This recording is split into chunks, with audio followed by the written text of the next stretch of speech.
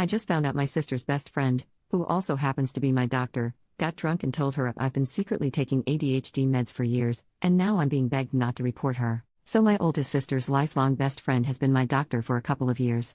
Initially my doctor, Dr. A, was a colleague of hers from the same clinic, but after my doctor, Dr. A, was away on maternity leave, I temporarily switched to my sister's friend, Dr. B, as my primary physician, and it's been that way since the pandemic began, and I never switched back. I have ADHD and get prescription meds for it and have been for a few years now, something I haven't shared with any of my family members for fear of backlash since I come from a long line of type A overachievers who don't believe in ADHD and write it off as laziness. A few days ago, my siblings and I were hanging out at my sister's house watching the Matthew Perry, Diane Sawyer episode where he shares his history with substance abuse, and I made a comment about how skinny he looked during one of the seasons of Friends. My sister then, out of nowhere, says to me, "Well, it started with prescription drugs, so I hope you don't get hooked." I was instantly gripped with a feeling of absolute horror. My other siblings were confused and looking at her for further clarification, but she didn't say anything more. I spent the whole night just frozen and with a deep pit in my stomach. Later, when I found some time alone with her, I had to pry the information out of her. She had just gotten back from a girls' ski trip, and when they were extremely drunk, her friend, my Dr. B, slipped up and mentioned that she saw me recently for an increase in my dosage and basically revealed to my sister that I have been taking prescription Vyvanse for a few years now. I'm so livid, feel utter betrayal, and have a strong urge to report her for breaking HIPAA regulations. My sister won't stop texting and calling me about it, literally all day long, begging me not to ruin her friend's life forever after years of hard work. She's obviously worried about losing her friend, but she couldn't care less about how disrespected I feel and how my privacy was violated. And more than anything, I worry that my sister will share it with my parents and my family will never look at me or my achievements the same.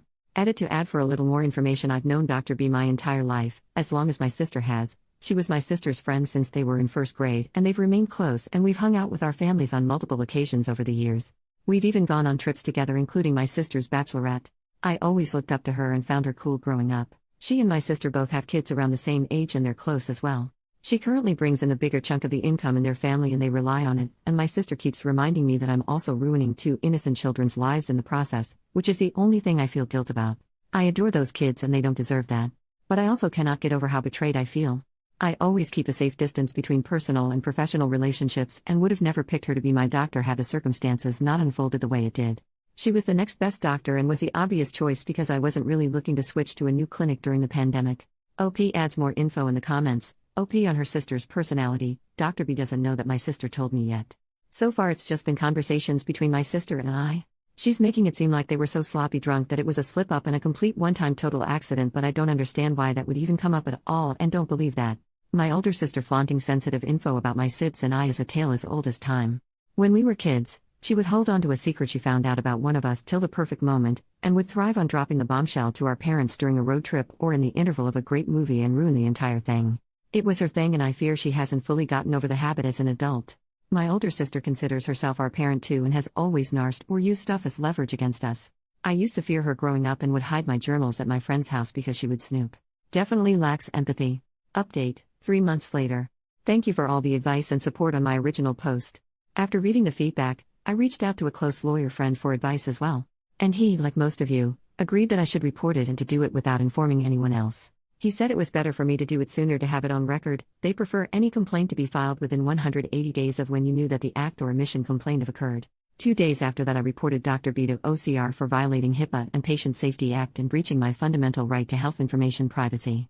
I didn't tell my sister or anyone else, but a few days later, I saw my entire family when I went home for the holidays. I hadn't heard anything back yet on my complaint, so I wasn't sure if Dr. B was aware yet, let alone tell my sister that I had reported her, so I didn't say a word. Turns out that wasn't my biggest issue at that moment though. My sister had already told my parents that I was on an extremely high dose of controlled substances. I knew my parents wouldn't take this news well, but they were far more upset about it than I could have imagined. My dad doesn't believe in ADHD and thinks it's merely an excuse for those that allow themselves to get easily distracted, especially since the age of social media. He even remarked that he noticed I was quite slow with my responses since dropping out of my chess club. Really absurd and offensive comments. I can't even remember a lot of it because I was frozen. I just sat there, nauseous and livid, with tears in my eyes, just listening to the 3 of them, my parents and sister, take turns going off at me. My mom wanted me to stop all medications immediately, that I'm better than this and smarter than this, and even threatened to tell your professors that you're on drugs if you leave us with no choice. But when she said that, it hit me. I had a choice. I could choose. I could choose to never have to deal with this again and to not let them treat me this way anymore. So I did. I chose to say nothing and allowed them to interpret my silence as agreeing and submitting to their ways as I have done so many times before. And then I went to my room, chose to book a flight and pack up most of my stuff. My books would need buses of their own to be transported anywhere. The next morning, I chose to call an Uber a few hours before my flight, while they were still asleep, and flew back to my university. I chose me. In January, I found out that Dr. B had prior complaints from patients against her, and my report had opened an investigation that is currently ongoing. She's been placed on temporary leave till the case is resolved. I can't share more details on that for now, but I will come back and update once it's done. Relevant comments. Commenter: I also have ADHD and I studied neuroscience, partly because I wanted to understand. I also come from a family that thinks like ops and I got the same BS from them all my life. We now finally come to be able to make ADHD visible in MRI scans and predict the presence of symptoms with an accuracy of up to 80%. We can make visible the ways ADHD brains are different from normal brains, not in their structure but in the way they make use of it. We can see where our bodies use more oxygen and neurotransmitters, and ADHD brains are visibly different from normal ones in a way that is congruent with the symptoms. We can even tell apart the inattentive type and the hyperactive type with an accuracy of up to 75%. People who say ADHD patients are lazy and their symptoms are their own choices and character flaw are as ignorant and backwards as someone still believing the flu is caused by bad air or cancer is God's will. If this family is so smart, they are doing a really good job at remaining ignorant. With all the evidence out there, they have to really choose not to read and educate themselves and become advocates for their child and sibling, but instead actively avoid the newest scientific evidence that their opinion is stupid and they have been shitty people all along. OP, it took me 30 years to make the step you made. Kudos on being so brave and mature while still being in college. I'm still trying to come to terms with self-doubt, imposter syndrome and depression. If you can afford it, do some therapy. Growing up in such a negative environment takes its tolls even after you cut the ties. I'm proud of you. The hurdles to get to where you are today were huge and you did it all by yourself. Never forget that. OP, I have tears in my eyes. I really needed to read every single thing you typed out here. I'm so tempted to send this to my family, but I don't want to interact with them right now, so I won't. I love science just as much as they do, and studying physics brings me so much purpose. I just know I need some help in staying ahead of my course and completing my assignments, and I'm finally okay with that. In the short time that I've been away from my family, I've felt so much more freedom in accepting who I am. That I am still smart and capable, and that I will still become a scientist, even if I do it my own way, and I am okay with the fact that my family doesn't approve of my choices. If they can't be bothered to listen to me, let alone attempt to learn anything about my diagnosis and try to be there for me, they aren't worth worrying over. I have spent far too much of my life doing that already. I have no more time or energy to give to that anymore. I'm channeling all of that towards me, achieving my goals and healing my trauma. Thank you for listening and for sharing. I'm so grateful for you. OP on her family, it's their whole image. We come from a long line of scientists and many of my family members have a PhD.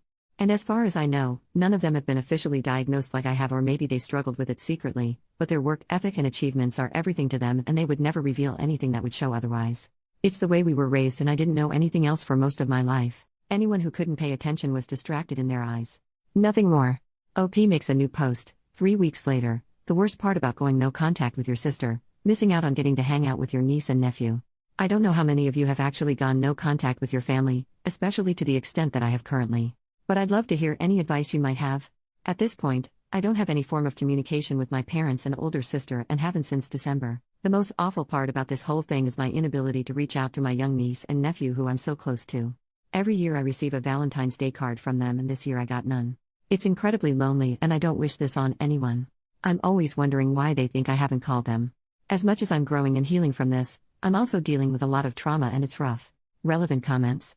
OP, on learning about herself. I think it's so hard for me right now because for years so much of what mattered to me was getting approval and being good enough for my family, especially since they're all overachievers and place a lot of value in academic excellence. And to feel no support from them at a time when I could really use it.